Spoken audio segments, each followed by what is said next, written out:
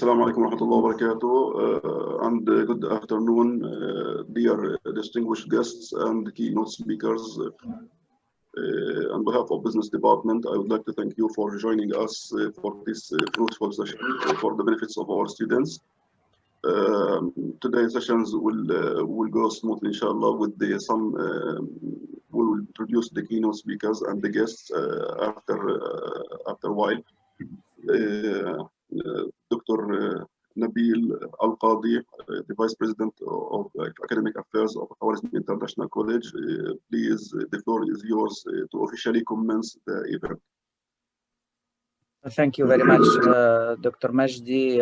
First of all, I would like to welcome our guests, entrepreneur, all our three guest speakers for their time and for their interest to share with our students and to enlighten them with their experience and feedback.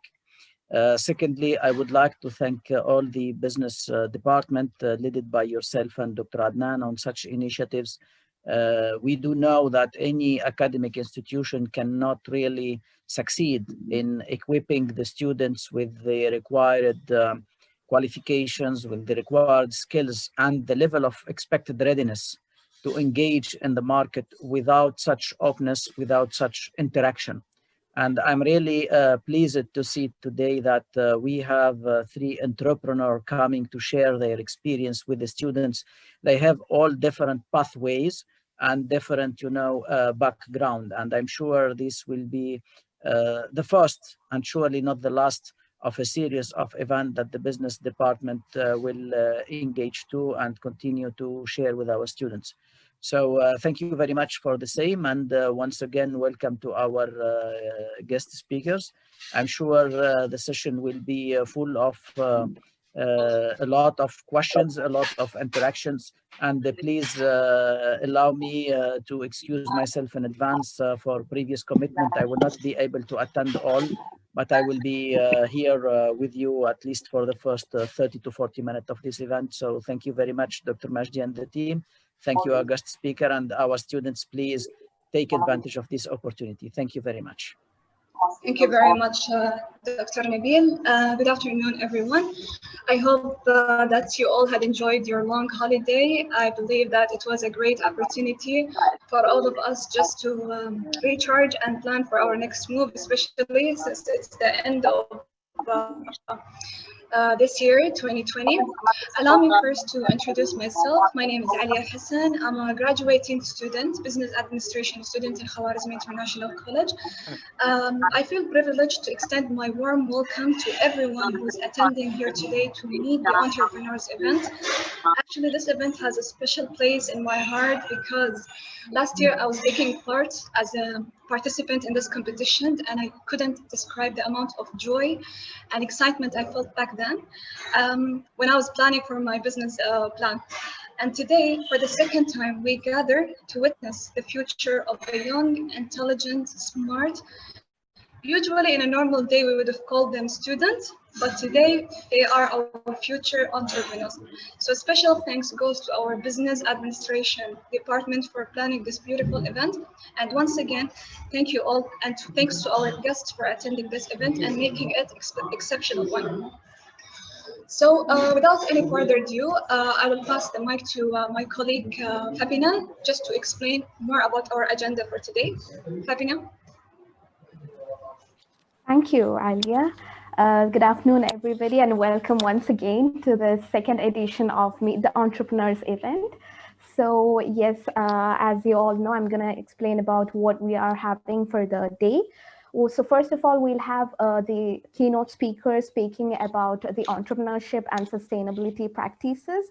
Then we'll have a competition for the students where 8 teams will present their business ideas which are innovative and sustainable, which will be followed by the most exciting part of the event where we'll give you a chance to interact with our alumni entrepreneurs and ask your questions.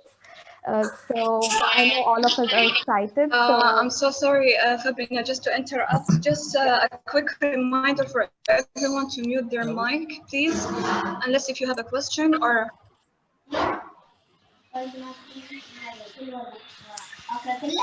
Yes, can you hear me now? Yeah. I'm just asking everyone to mute their mic in order Yeah. for us to hear. Thank you. I think, yes, you can go now. All right, so I hope you have heard about the agenda for today. So now I would pass on back to Alia for inviting our speakers. Thank you. Thank you very much, Fabina. So before introducing our first guest today, I would love to highlight something about entrepreneurship. It's not only about owning a business. It's about how innovative your business idea can be. They say that entrepreneurship doesn't necessarily begins when you start up your business, but it actually starts when you form the innovative idea in your mind. And for that, we have a special guest who will be sharing with us his knowledge about entrepreneurship. Dr. Abed Baidas has a successful business career over 35 years. He had been involved in many business activities worldwide, heading a team of international branding experts, and moreover, he had initiated the development of identity branding forum, and he introduced the identity branding culture to the Arab world. Please help me to welcome the group chairman and CEO, Mr. Abed Baidas. Hi, Alia. Thank you The so floor. much. Good to see you again. Pleasure meeting you again. Thank you, You too. Dr. Likewise. I appreciate the opportunity. And since we are talking about entrepreneurship, we're talking about a crazy world of disruptors and of people that are motivated to change the world for the crazy times, for the better times. And what better than Mr. Arnold Schwarzenegger to tell us about his crazy thoughts. I'm trying to share my screen.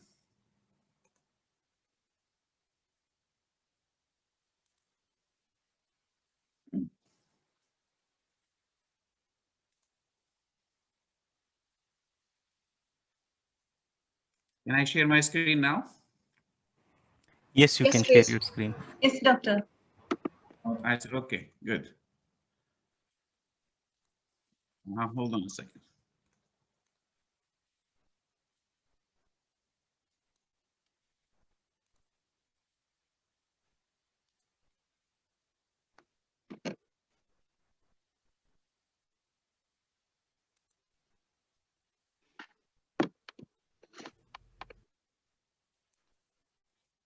Okay, can you see my screen? Yes, doctor, we can see. Yes, doctor. Okay, Yes, perfect. clearly. So, all right. When we talk about the entrepreneurship, the entrepreneur world, we're talking about normally of people that are looking to change things, make them in a different, put them in a different perspective. And I'd like to share the start here, where it starts. When you think of being an entrepreneur, it is not because of what you are skilled to do, but what you are passionate about doing and the purpose for why you want to do it. I'm here to talk about success. The first rule of success is to have a vision. You see, if you don't have a vision of where you go, and if you don't have a goal where you go, you drift around and you never end up anywhere. I mean, as you know, I was born in 1947 in Austria after the Second World War. So I was very fortunate that I stumbled onto my vision. And I didn't really like Austria when I grew up. I couldn't wait to get out of there.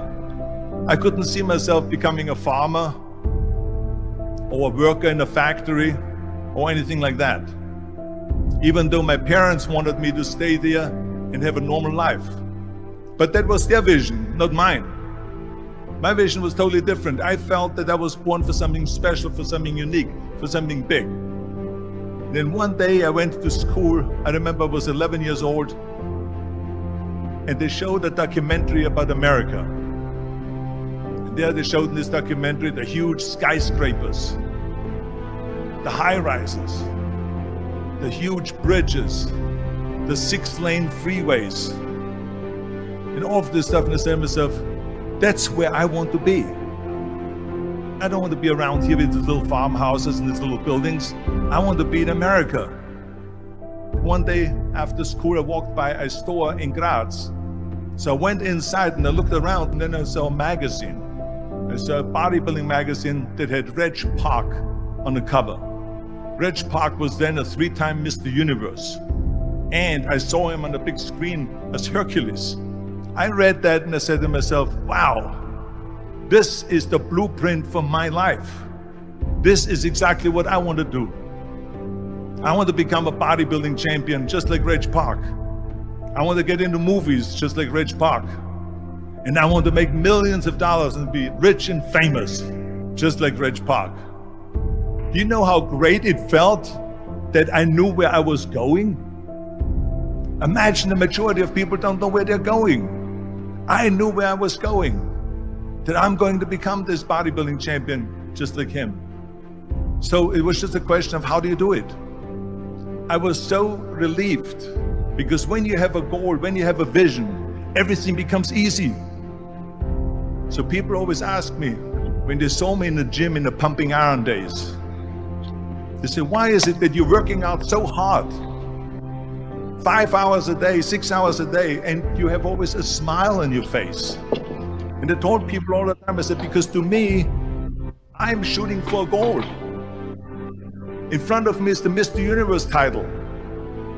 So every rep that I do gets me closer to accomplishing that goal, to make this goal, this vision turn into reality. Every single set that I do, every repetition, every weight that I lift will get me a step closer to turn this goal into reality. So I couldn't wait to do another 500-pound squat. I couldn't wait to do another 500-pound bench press. I couldn't wait to do another 2,000 reps of sit-ups. I couldn't wait for the next exercise. At the age of 20, I went to London and I won the Mr. Universe contest as the youngest Mr. Universe ever. And it was because I had a goal. So let me tell you something, visualizing your goal and going after it makes it fun. You got to have a purpose no matter what you do in life. You got to have a purpose. So I couldn't be Mr. Universe, and it's been my dream for a long time, but I chose to be the one that actually show you the way to be the next Mr. or Miss Universe. Being an entrepreneur isn't just about a fantasy. It is not just about because it's something that, hey, it sounds good. Let me try it. No, it is something for a warrior that either to make it all or lose it all. You cannot just try it for fun. You cannot keep it going and going and going. And this is part of the momentum that we are talking about today. It starts with a dream to be all you can be, driven by your passion, from your inner strength and your inner powers to envision where you're going to be tomorrow. And you've got your sights on heart set on that target. You are not going to be swayed and driven away from it. You want to become a leader, a hero, a big achiever. You want to be a different than anything else around you, than anybody else around you. You have to be the one that is going to be a game changer. And this is what your future is going to be about. This is what your future is going to be. That's what you're going to keep telling yourself in that sense, that common sense, that it becomes part of you, embedded in you. You wake up, you go to sleep, you eat, whenever you walk, you go to work, you go to study. This is part of you. This is what you're going to have to start feeding yourselves. We always say good brands makes people feel good about you. Great brands makes people feel great about themselves. So when you start thinking about being an entrepreneur, to be a game changer isn't how happy they're going to be with your services or your products. It is how you're going to make them feel happy about themselves, how you're going to impact them. That becomes your identity. That becomes what makes you different than anybody else. Now you have your clear vision on your future, what it is going to be, and the defined career path, how to get there. With that, now you have a clear identity that makes sense to everybody that you are focused on. And that defines who cares, the people that you are targeting to change their life, whether they are close to your community or far around the world or whoever they're gonna be. And now that defines the purpose, why they would care about you. The purpose isn't about making money. Because if you think about your purpose is making money, guess again, because somebody else is gonna come and replace you tomorrow for the same thing that you are doing today, and they might be doing it much better tomorrow. The way you're gonna be different, the way your purpose has to be driven is by how you're gonna impact people's life. Money is given by default, that becomes the outcome of what you're gonna think. Now wait, when you talk about your future now, it is not about what did happen or what is happening today, but but on what should happen next.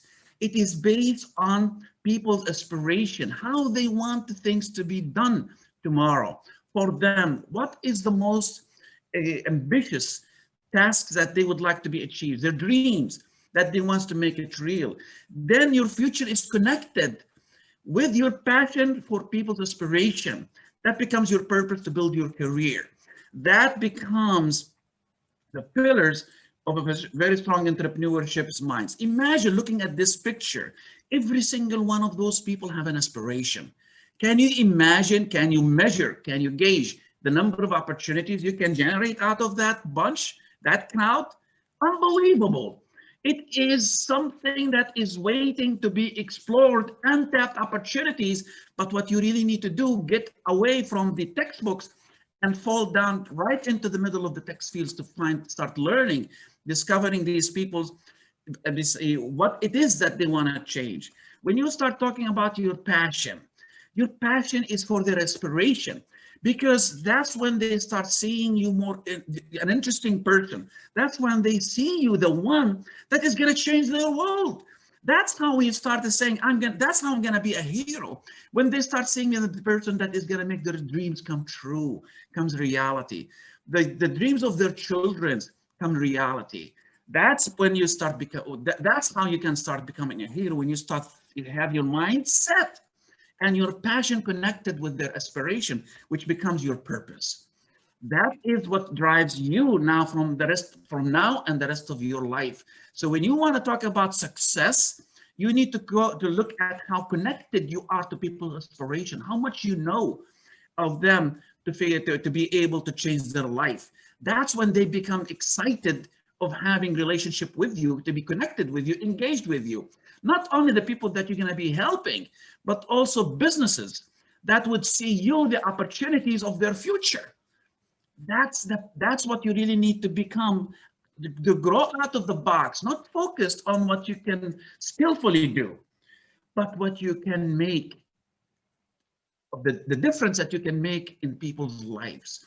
And that's where we talk about relevant opportunities, because now everything is becoming relevant, creating the situations that is relevant, that will help you connected to everything that is out. And opportunities is like a train, fast-going train, and I couldn't envision something better to present what I'm talking about than this video.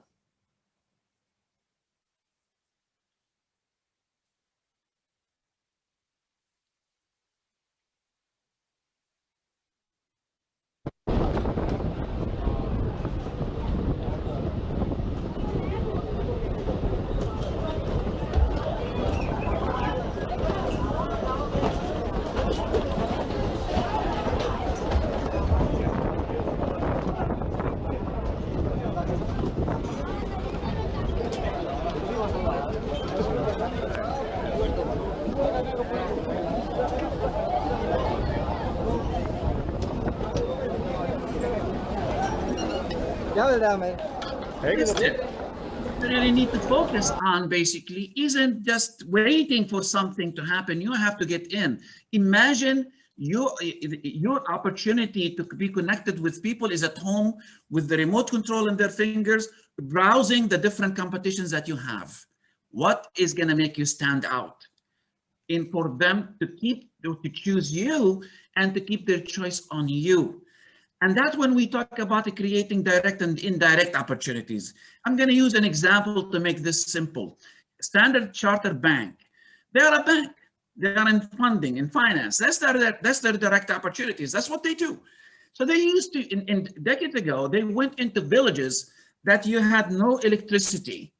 And what they wanted, and those villages, those shops and businesses in those villages, they used to close at 5 o'clock in the evening to go home because it started getting dark. So what the bank did is created an indirect opportunities to increase the business, to increase the deposits of those people into their bank accounts. So they brought electricity in. What?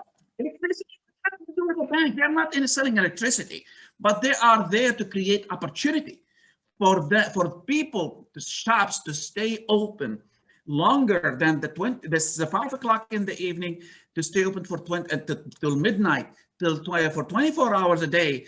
Now they are more productive. Now they are more profitable. Now they have more money to deposit in the bank. So the banks did create an impactful, social impact that has an immediate impact on that business. Great impact that engraved in those villages years to come to hold loyalty to the bank.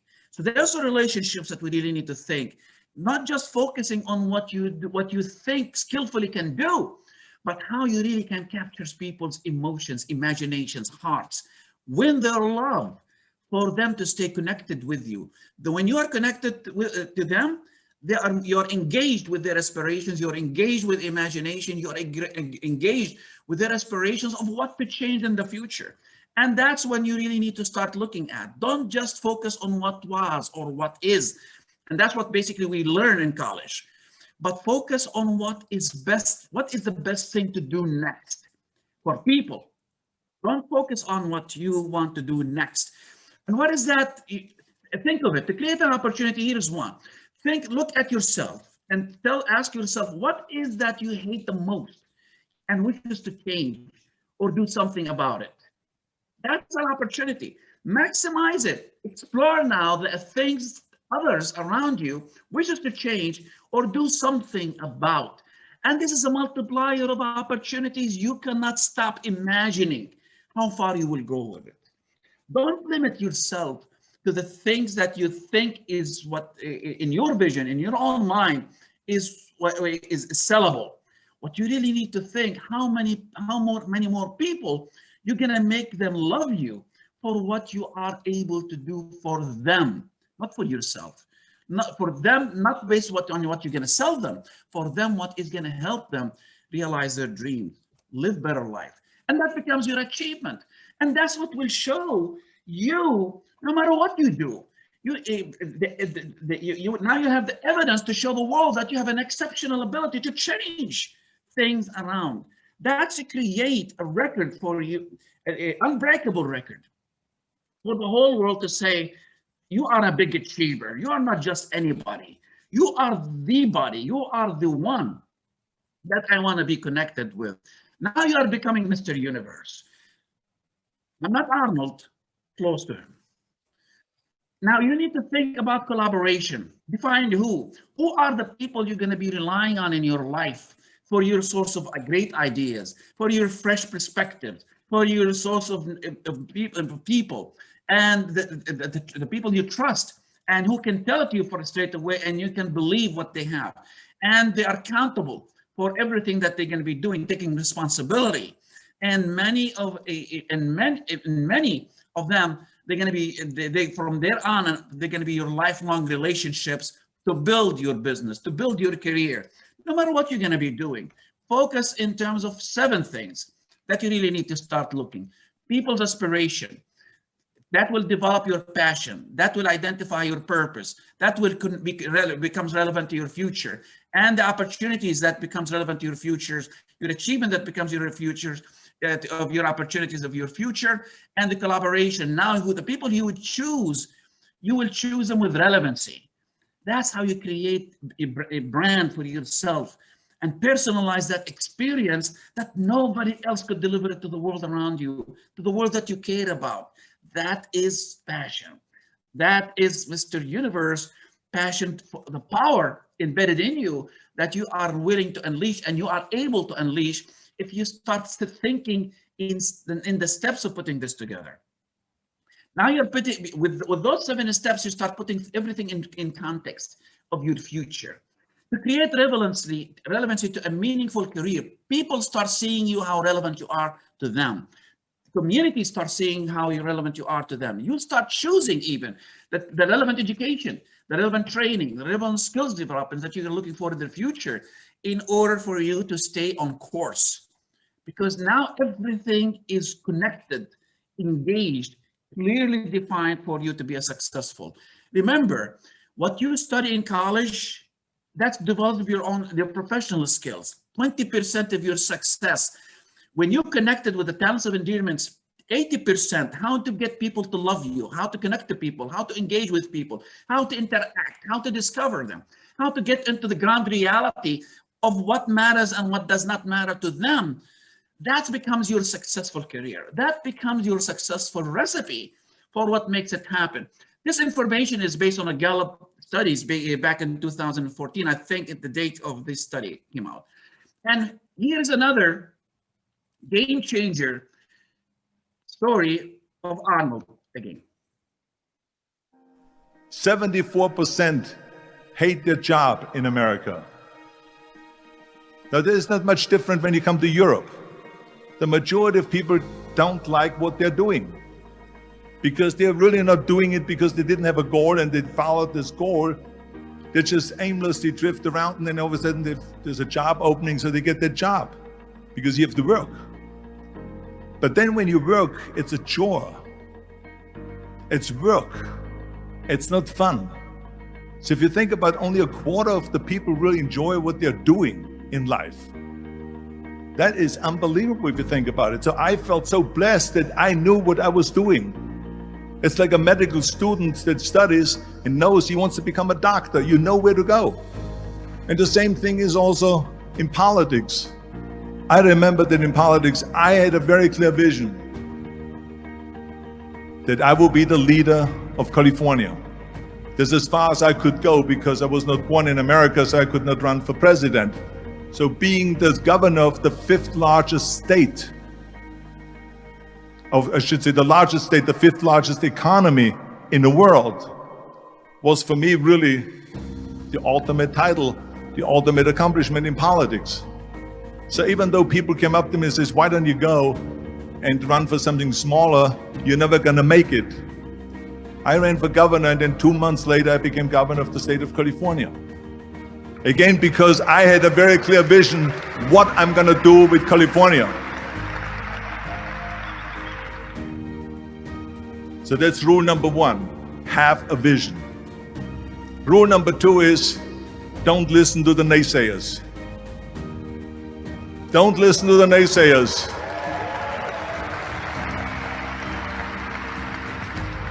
Everything I ever did, the thing that I heard out of people's mouth was, that's impossible. That can't be done. Or no. That is exactly what I heard, and of course I proved to the people that it can't be done. So whenever someone said to me, it can't be done, I heard it can be done. When they said no, I heard yes. And when they said it's impossible, I heard it is possible. I'm a strong believer of what Nelson Mandela said, that everything is always impossible until someone does it. Be the one that does it. So I want you to imagine yourself to be a game changer, that you've studied planting watermelon, for example. And I want you to think you're living in a village, that you want to transform that village for better, that you have a dream to make it to become known to the whole world, to bring prosperity to that village, to the game changers. And all what you know to make is a watermelon, to farm watermelon. So that your purpose becomes to build a watermelon to help your village grow, thrive, prosper. Not because you want to sell it and make money. And how to start connecting to people's aspiration, basically, is, for example, people want to have a great job. So they want to lose weight, live healthy, find cure for arthritis, for example, have fun and be happy, learn world cultures. So this is what you start doing for your village through your watermelon farm. you start showing that I can help cure and prevent arthritis and back pain symptoms with my watermelon farms. I can bring clinics. I can create and bring opportunities just for the people what wants to come here to come to my watermelon village in order to find that cure. I can help you to also lose weight with my watermelon. I can also live healthy and live and look healthy with my watermelon, and all the opportunities that I create in that village for people that wants to connect their businesses with my watermelon. And you want to be happy, my watermelon will make you happy. We will have the environment to build it. I want to make it crazy. This is what I want you to feel with my watermelon. For people that wants to go out of their mind in their life, lose themselves. I want to create a festive town with my watermelon. And I want to create a museum with my watermelon for the whole world cultures to come and learn about watermelon. And here I am. I want to create a gourmet watermelon restaurant. And I want to create a hotel or a lodge that smells and looks, everything in it that smells and looks like a watermelon. What did I become? A hero, a game changer. So I didn't limit myself to what I can do, but I also expanded myself what others might want to connect with me to do for my village. That's what you need to think as an entrepreneur that wants to be successful and compete in order not to miss. Focus on learning how to give for you to grow. And this is the formula that I have. Think how to create a balance. Your purpose that you really need to discover, connected with people. Market expectations, what you have to give for the market, what they expect. And people aspirations, when you help people grow, you will grow, your business grow. The connections, your partnerships that you build in these communities will grow as well. This is what exactly the hardest lesson to help you to keep. It's all about the hard work that you put in. I said to myself, in bodybuilding, I worked out 5-6 hours a day. I'm going to do the same thing now for acting. And of course, I went to college to study English. I studied the accent removal, acting classes, and all of this stuff all day long. I worked and I worked and I worked. And within a short period of time, I made one movie called Hercules in New York, which of course went right into the toilet. But it didn't discourage me. I still had the same vision. And then all of a sudden I did Streets of San Francisco. I did Stay Hungry and Pumping Iron and The Villain. And then all of a sudden, I was asked by Dino De Laurentiis and by Universal Studio to star in Conan the Barbarian. And after I did Conan the Barbarian, the director at the press conference said to the press, the director was John Milius. He said to the press, if we wouldn't have had Arnold, we would have had to build one. So think about that. The very body that they said can never be sold because the time is wrong. A few years later, I'm doing Conan the Barbarian, and it was the #1 hit at the box office when it came out in the summer of '82. Think about that. And the director says, if we wouldn't have had his body, we would have had to build one. So all of a sudden, my body became an asset, not a liability. And the same thing was with Terminator. After we were finished filming Terminator, Jim Cameron said to the press, if Arnold wouldn't have had that accent and talked like a machine, I think the movie wouldn't have worked. So think about that. The body and the accent that they attacked was an asset. And that's what you really need to focus on. Is focus on your assets, no matter what criticism that you might have. We have been working with students around the world on a project called Talents of Endearments to help nurture the very qualities that we have. And we have a program coming up on January the 21st through the 22nd of 2020. And this is the link of it. We also have a town hall meeting that in December the 23rd for you to ask the questions, learn a lot more, all the things that you really need to do about it. And you will find all of both of those events under this, https events.identitybrandingforum.net. With this, I conclude and thank you for this great opportunity.